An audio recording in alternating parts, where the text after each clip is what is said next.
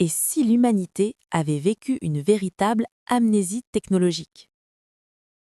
La machine d'Anticythère prouve que le savoir antique était bien plus avancé que ce que l'histoire officielle nous raconte, et que nous marchons sur les ruines de géants Cette oubliés. découverte nous amène à une réflexion vertigineuse. Si la machine d'Anticythère est le seul exemplaire parvenu jusqu'à nous, elle n'est certainement pas le premier prototype. Un tel niveau de miniaturisation et de complexité suggère des siècles de recherche, de tentatives et d'échecs. Cela signifie qu'il existait, quelque part dans le monde antique, une véritable industrie de la précision, des écoles d'ingénieurs dont les noms ont été effacés de la mémoire collective. Imagine les ateliers de Rhodes ou d'Alexandrie.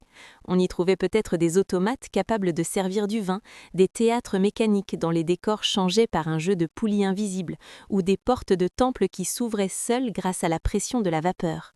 Ce n'est pas de la science-fiction, les écrits de Héron d'Alexandrie décrivent précisément ces inventions.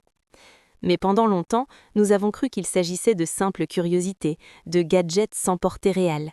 La machine d'Anticythère prouve qu'ils utilisaient cette science pour cartographier l'univers.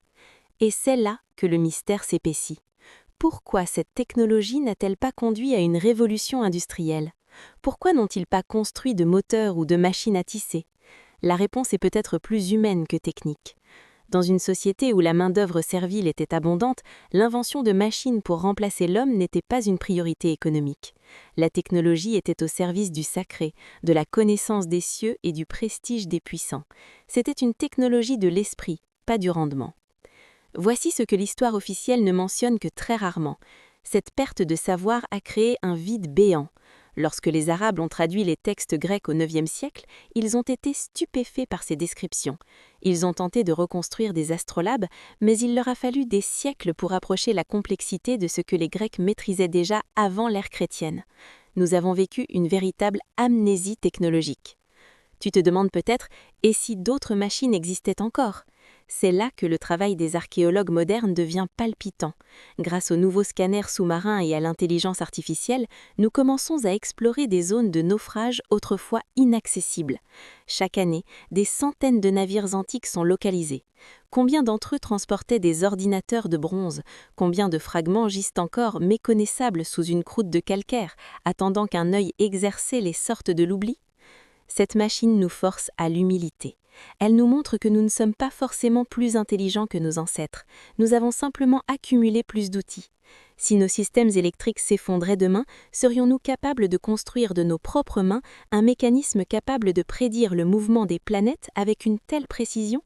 La plupart d'entre nous en seraient incapables.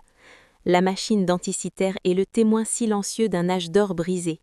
Elle est la preuve que le savoir est une denrée périssable. Elle nous rappelle que nous marchons sur les ruines de géants dont nous commençons à peine à mesurer leur stature. Le véritable héritage antique n'est pas fait de marbre froid et de statues immobiles. Il est fait de rouages qui tournent, d'une soif de comprendre l'ordre du cosmos et d'une ingéniosité qui, même après 2000 ans sous l'océan, continue de nous défier.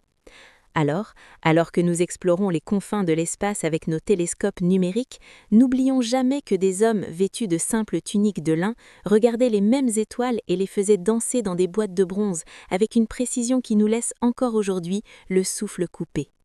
L'aventure de la connaissance ne fait que recommencer, et le passé nous réserve sans doute encore ses plus grandes révélations. Prêt à découvrir quel autre secret la terre et les mers nous cachent encore? Car l'histoire ne fait pas que se répéter, elle attend d'être redécouverte.